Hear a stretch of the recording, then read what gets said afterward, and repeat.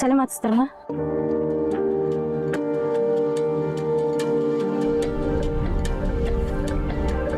Диализ күні уақытым сағат таңғы 5:30-да басталады. Тамақтанамыз, содан кейін сағат 6-да басталады. 6-да диализ орталығына қарай жол тартамыз. Күнара барам. Қазір диализге сәрсенбі, бейсенбі, сенбі 3 күн барам. 4 сағаттан сол аппаратта жатамыз. Сол аппараттың арқасындамын. 8 жыл болды осы өмірім ұзарып келе жатыр. Негізі ол аппарат болмаса ендігі бізде болмайды еді.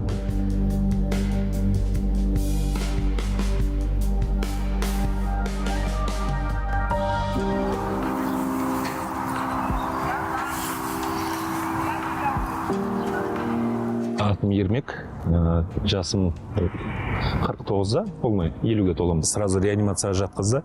Креатинин 1870 болыпты. Почка істемей, мынау қан уже дұрыс тазаланып жатқан жоқ деген сөз. Шынымды айтсам, докторға барғанға енді жұмыс істеп жүрмін бір емес, екі жерде қол тимей жүрді. Содан кейін ойлағам негізі отпуск алып, содан кейін бірақ көрінем деп. Как раз декабрьдің 31 күні барып қан тапсырдым.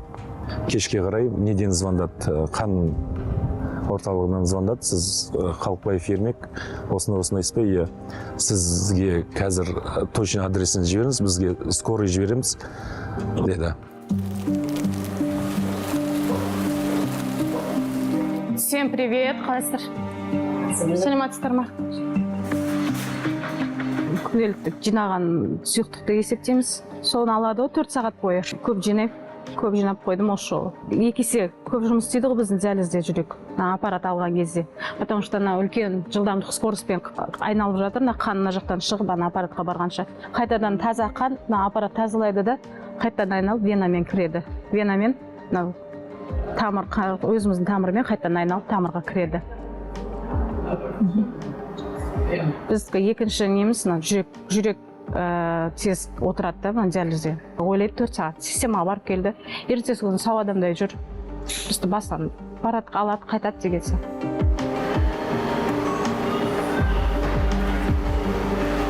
Диализге тәуелді болғаннан кейін жан-жаққа шыға алмаймыз. Графигіміздің бәрі осыған тәуелді. Осы аппаратқа тәуелдіміз. Сондықтан бір жаққа барған кезде де мысалы қарайсың жан-жағында диализ орталықтары бар ма, олар бізді қабылдай ма, қабылдамай ма? Нефролог, осындай жағдай сізге не жасауымыз керек? Гемодиализ. Негізі гемодиализде адам көп өмір сүрмейді ғой, 5 жылдан артық десем, ол кісі айтады, сен қазіргі 5 жылды ойлама, сен қазіргі 5 күнді ойла деп.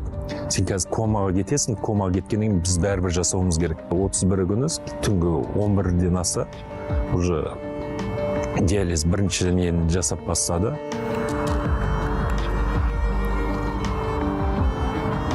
Қиналасың, үйге енді көрсетпейсің, жаңа қиналып неғаған жайлап, бәрі жақсы не деп қойып, жаңа ұйықтап алайын деп, жаңа диализден келгеннен обязательно жатасың, уже никакой, былай қарасың,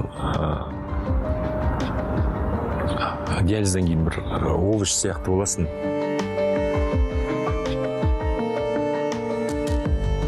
Екі 2018-де диализге түстім ғой, бірінші. Мен алдын ала маған айтылды, бүйрегім жинағы уже солып жатыр. Уже мен диализге осознанно біліп келдім да. Мынау дайын, фистулам разработан, уже дайын. Маған катетер қойылмады. Кәдімгідей больницаға жатып, дайын плановый келдім десем болады. Диализге түскеннен бастап сол күту парағындамын. 8 жыл болды.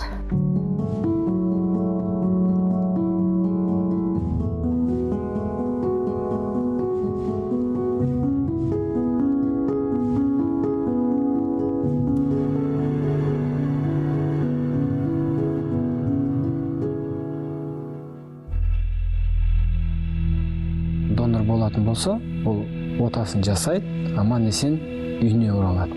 Ал күту парағында тұрған пациенттер, олар донор жоқ адамдар. Қазіргі таңда 4,5 мың пациент ағза трансплантациясына мұқтаж. Пациенттердің саны жылдан жылға өсіп келе жатыр да, біз жыл сайын 400-ге жуық бүйрек ағза трансплантациясын жасасақ, жылына 600-700 адам мұқтаж болып жыл сайын түсіп жатыр да.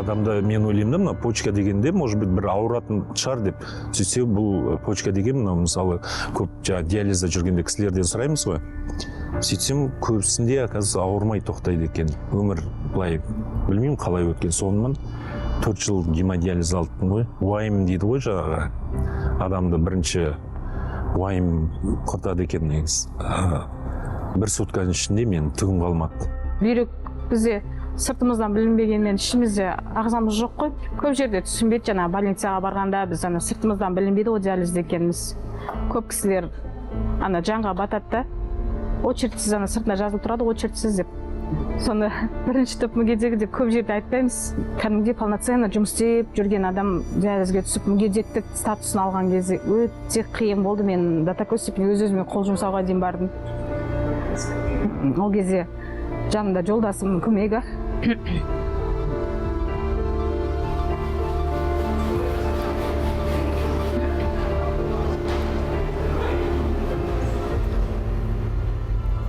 жыл сайын біздің елімізде 350-ден аса пациент трансплантацияға жете алмай көз жұмып жатыр.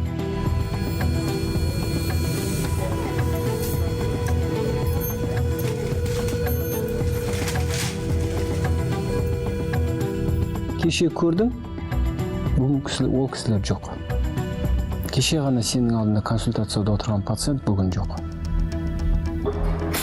Білмейсің да, аппаратқа келіп, таңертең тұрып келген кезде қандай состояниеде қайтатынды, қалай шығатынды, қандай ауырасың ба, может барсың, может жоқсың, оны ешкім білмейді. Көзіміз алдында талай кісілер кетіп қалды, мысалы, өстіп жатасың, бірге қосылады.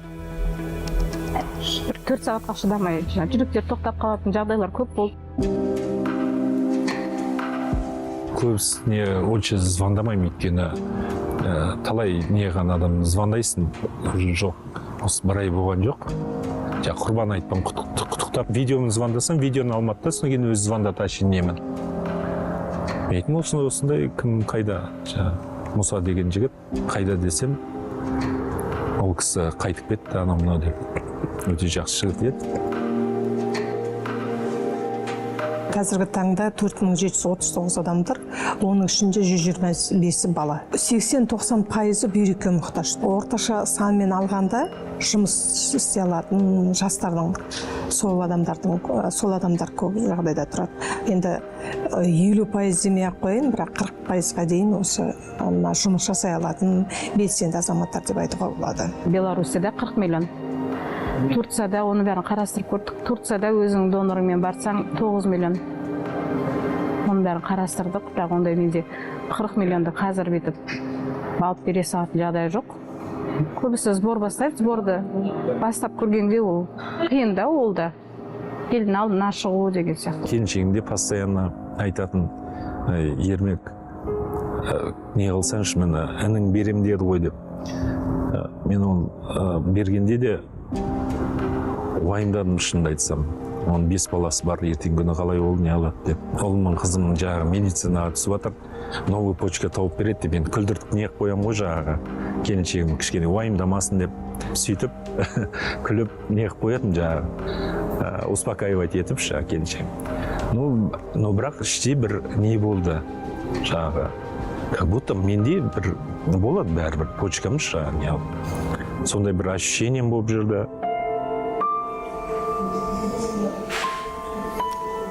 Как дела у вас? Все хорошо. Как чувствуете себя после операции? Вот в послеоперационном периоде вас отвезли в реанимационное отделение, вы находились в реанимации. Как реанимация проходила? Біздің Қазақстанда 90%-ға дейін туыстық. 10%-ға дейін, максимум 10%-ға дейін ол мәйіттік. То есть мәйіттік тапшылық донорлығы көп та. Қытайда наоборот. Мысалы үшін мен өзім ойлаймын да, қазақта мақал бар ғой, пышақты өзің өр дейді, ауырмаса өзге көр дейді. Сол сен нәрсені өзің ауырмайынша, или сол науқасты өзің көрмейінше, сол нәрседе мысалы ситуацияда болмайынша сен түсінбейді ешкім. Біз тілемейміз ғой, біреу өмірден өтсін, маған несі берсін, ағзаларын берсін деп ешкімге тілемейміз. Ол кісілерді түсінуге болады. Бірақ соны жеңе біліп, адамды жағдайын түсініп беріп жатқандар да бар ғой. Бізде қазіргі таңда мынандай ұғым ғой. бас ми өлімі тіркелсе, пациенттің банағы туысқандарынан рұқсат сұраймыз. Ал егер донор көзі тірісінде өзінің оң шешімін берсе, туысқандарынан сұрау біз мұқтажбыз да. Енді ол кісі қайғырып отырған кісіден қалай туысқанның ағзасын бер деп сұрайсыз?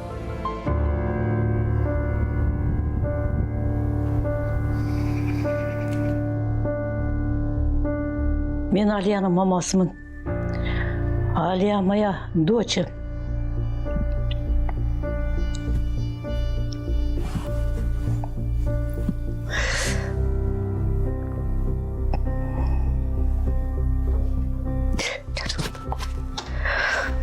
Это было 6 числа, 6 апреля было. Короче, она вышла с работы, до машины не дошла, упала. А сколько времени она лежала, мы же не знаем. Потом какая-то женщина или мужчина увидел, позвонили в больницу, там скорые приехали, забрали. Но я по разговору слышал, что привезли туда где-то, не знаю во сколько, что там, не могу сказать. Операцию сделали ей. Потом уже время прошло, 7 где-то. Я слышу, поехали посмотреть, думаю, что с ней там. В коме лежит, сказали. Ну, думаю, может, выйдет с кома. Нет, она не вышла. Врачи потом сказали, говорит, уже все. Не могли спасти, короче. Тромб получился. Когда пришла, сягала на ворота, посмотрю, думаю, вот сейчас придет она какой-то. Она же не вернется.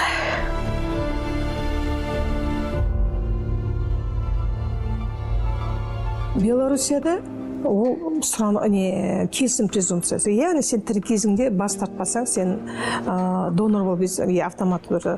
ақш-та керісінше сен тірі кезіңде келісім беру керексің. Келісім бермесең, сен донор бола алмайсың. Испанияда келісім презумпциясы, ақш-та бас тарту презумпциясы болса, Испанияда келісім презумпциясы. Яғни сен тірі кезіңде бас тартпасаң, сен автоматтық түрде, оларға да тума туыстарына тек қана хабар береді. Сіздің туысыңыз тірі кезінде бас тартпаған, ол донор болып есептеледі деп хабар береді деп. Ешқандай рұқсат сұрамайды. Тек қана біздің елде тума туыс шешім қабылдайды. Здесь жила моя дочь 15 лет. У дочери 3 дочки. Вот здесь выросли в этом доме. Я живу рядом с ней по соседству. Моя дочь любила цветы, любимые ее цветы, вот это все. Но она мне, правда, сильно всегда напоминает. Сердце получил мужчина, 49 лет. Женщина получила 40 лет. Легкий получил. А ребенку 15-летнему почки. А 2, я не знаю, не помню, кому посадили. Біздің мекемеде 2 маман ғана соның өзінің несі бар, сұрайлатындай. Сол 2 парақшасына сұраныс беріп, егер келісімі бар болса, біздер қамдана бастаймыз. Бас тартса, біз тірі кезінде мен қарсымын десе, біздер ешқандай да не жасай алмаймыз. У нас откровенно такие разговоры были. Говорит, мам, а если со мной что-то случится, я бы не против қимадым сол жаққа беруге. Жерге қимадым беруге. Потому что у нее, как сказать, здоровье хорошее. Зачем отдавать?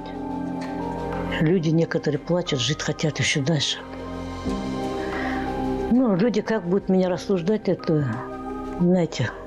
Сол туыстары жауапкершілігін алып, жаңағы басқа науқастар танымайтын, мүлдем білмейтін науқастарға сондай органдарын беріп отқандарына. Бұл сөз жоқ бұларға, бұл кісілерге. Донор деген былай.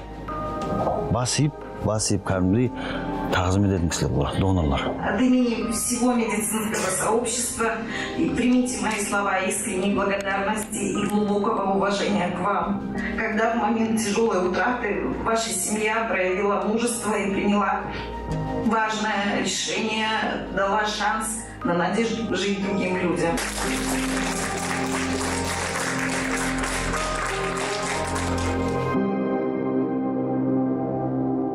Бұл кезек мынау дүкенге тұрғандай кезек емес. Кім бірінші, кім екінші деген. Тренис бағдарламасы бар. Сол тренис бағдарламасы автоматты жүйе бойынша мұқтаж пациентті таңдайды. Донордың қан алынады ғой, ол жерден банағы тіндер қаннан бөлек шығарылып, банағы реципиенттердің тіндерменен сәйкестік бойынша бағдарлама таңдайды. Мысалы 5 жыл тұрған пациент бана донорменен екеуінің сәйкестігі болмаса, бағдарлама ол 5 жыл бұрын тұрған пациент таңдамайды. Мысалға 1 ай бұрын тұрған пациент сай келіп тұрса, соны таңдайды. Көрдіңіз бе, соның ерекшелігі. Ол сәйкестік не үшін? Ол сәйкестік болмаса, ертең біз бүйрегін салатын болсақ, салған бүйрегіміз ана мұқтаж пациентті істемей қалады.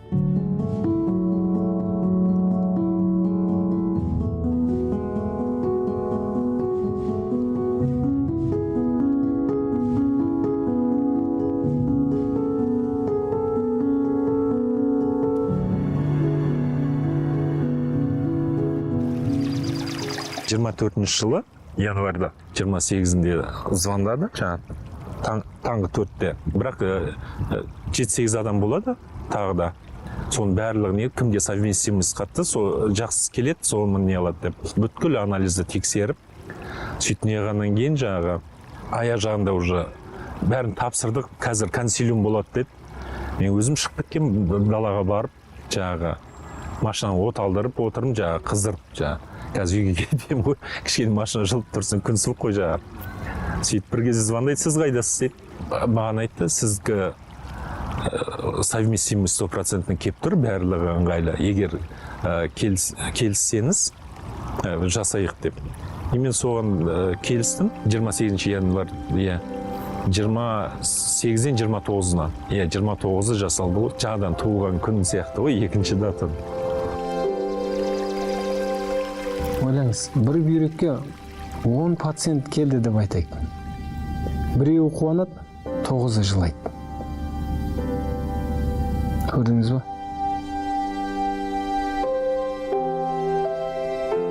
Оны да бір зерттеп қарадық, неге қорқады екен қазақстандықтар. Мен егер келісім берсе, мен емханаға бір жағдайымен барсам, мені донор екенімді біліп, маған көмек көрсетпей қояды дейді. Мені қалайда сол өлімге алып келеді деп сөйлейді. Олай ол өте қате, себебі айтып отырмын ғой, емханаға түскенде ешбір дәрігер, бас дәрігер білмейді, сіздің келісім бар ма, жоқ па. Ол конфиденциальды ақпарат.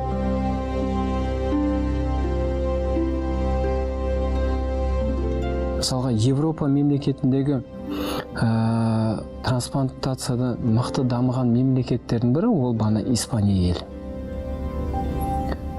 Испания елінің өзінің трансплантацияның осындай дүние жүзінде алдыңғы қатарда болуының себебі ол бірнеше жылдар бойы осындай түсіндіру жұмыстарын жүргізген. Енді жыл сайын біз муфтиятпенен дөңгелек стол өткіземіз, осындай түсіндіру жұмыстарын жүргізу барысында. Енді мешіттерде, жұма намаздарда ана трансплантацияның қажеттілік жөнінде имамдарымызды айтып жатады. Осындай түсіндіру жұмыстарын халыққа дұрыс түсіндірсек, мен ойлаймын, мәйіттік трансплантация жылдан жылға дамиды деп. Нормально, бүгін кішкене көпте жинақ қойдым. Нормально. Давай хабарласам ғой? Нормально. Жақсы бәрі. Жарайды, давай. Мен телефон номерін ауыстырған емеспін. Кісілер бар ғой, ауыстырып, жаңағы. Мен телефон осы уақытқа номері, сол елдің бәрі біледі. 8 жыл болмаса да алдымда ұстаған номер, вообще ауыстырған емеспін. Тексергенде де бірінші очередь телефон сол номер ма деп тексеремін. Осы номерім тұрады. Менде телефон өшіп қалу, батарейкасы отыру, ондай мәселе жоқ. Мен жататын кезде толық тексеріп жатамын телефонымды. Өзім үшін ең бірінші мәселе сол ағза трансплантациядан өтсем жылдамырақ. Сол звонок қой, бір звонок күтіп жатырмыз, қашан болады екен деп. Мысалы, бізде үміттеніп күтіп отырған балам бар үйде. Олында уже кішкентай кезінен біледі, диализдің екенін, кішкентай болып қазір бәрін біледі. Мен ауырсам суымды әкеліп қасыма жүгіріп жүреді. Сол үміттен отырған. Кетіп бара жатқан адам осы өмірге бір үміт біз сияқты үміттеніп отырған кісіге үміт сыйлап кетсе.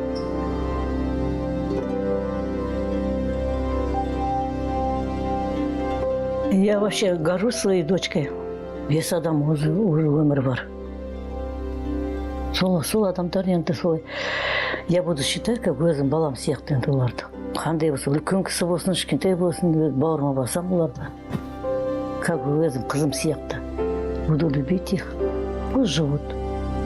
Қазір аллаға шүкір соны почканы ауыстырғаннан кейін қазір жақсы жүрміз. Пересадкадан кейін уақытымен ішіп отырамыз. Жаңағы будильник қойып қойғам.